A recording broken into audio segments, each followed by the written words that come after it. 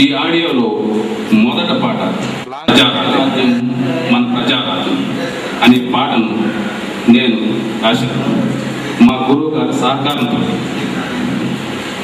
ప్రజారాజ్యం అనేది ప్రజలందరికీ, ప్రజల కోరిక మేరకు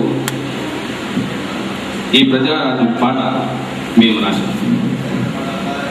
రెండవ పాట వచ్చాడు వచ్చాడు అన్నయ్య, మా గురువు గారు పాడారు, మా గురువు గారు ఆయన రాశారు. మూడవ పాట స్కాములు డ్యాములు, రచయిత మా గురువు గారు పాడిన వారు. నాలుగో పాట ఆజా ఆజా మేరీ బాయ్ నహీ రోషని రేఖరా, ఈ పాటను మా గురువు గారు పాడారు, ఆయనే దాని రచయిత.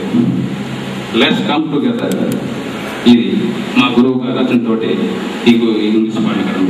ఈ ఆడియోకు ఏమి పేరు పెట్టాలని మేము నిర్ణయించుకున్నప్పుడు ఇది ప్రజల యొక్క హృదయాల్లోంచి ప్రజల యొక్క స్పందనతో చేసింది కాబట్టి దీనికి ప్రజాస్పందన అని పేరు పెట్టి దీనికి ఈ ఆడియోను ప్రజారాజ్యానికి మేము అంకితం చేశాము.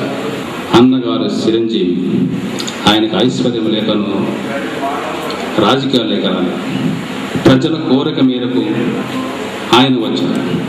అవినీతిని ప్రధాన శత్రువుగా ఎంచుకున్న ఆయన ప్రజారాజ్యానికి ఓటు వేసి అవినీతిని మనం అంతం చేయాలి. తిరుపతిలో మొట్టమొదటి సభలో తిరుపతి వెంకన్న సాక్షిగా ప్రమాణం చేసి సభ ప్రారంభిస్తున్నప్పుడు అక్కడ ఆయన జన సమూహాన్ని చూసి నా కోసం ఇంతమంది వేచి ఉన్నారా, నేను మీలో ఒక్కడిని చెప్పుకుంటూ ఆయన కళ్ళబారిన కన్నీరే ఆయన ఒక మనసున్న మహామనిషిని చెప్పడానికి నిదర్శనం. ప్రజల కోసం ఆరాటపడిన వ్యక్తి, ఆయనను గురించి మనం ఒక్క క్షణమైనా ఆలోచించాలి. మీ విలువైన ఓటును వృధా చేయకుండా ప్రజారాజ్యానికి ఓటు వేసి గెలిపించండి.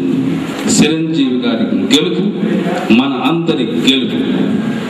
మనసున్న అన్నయ్యకు ప్రజారాజ్యాన్ని మనం మీ విలువైన ఓటును వృధా చేయకుండా ప్రజారాజ్యాన్ని గెలిపించండి. ప్రజారాజ్యం గెలుపు ప్రజల గెలుపు. చిరంజీవి గెలుపు మన అందరి గెలుపు.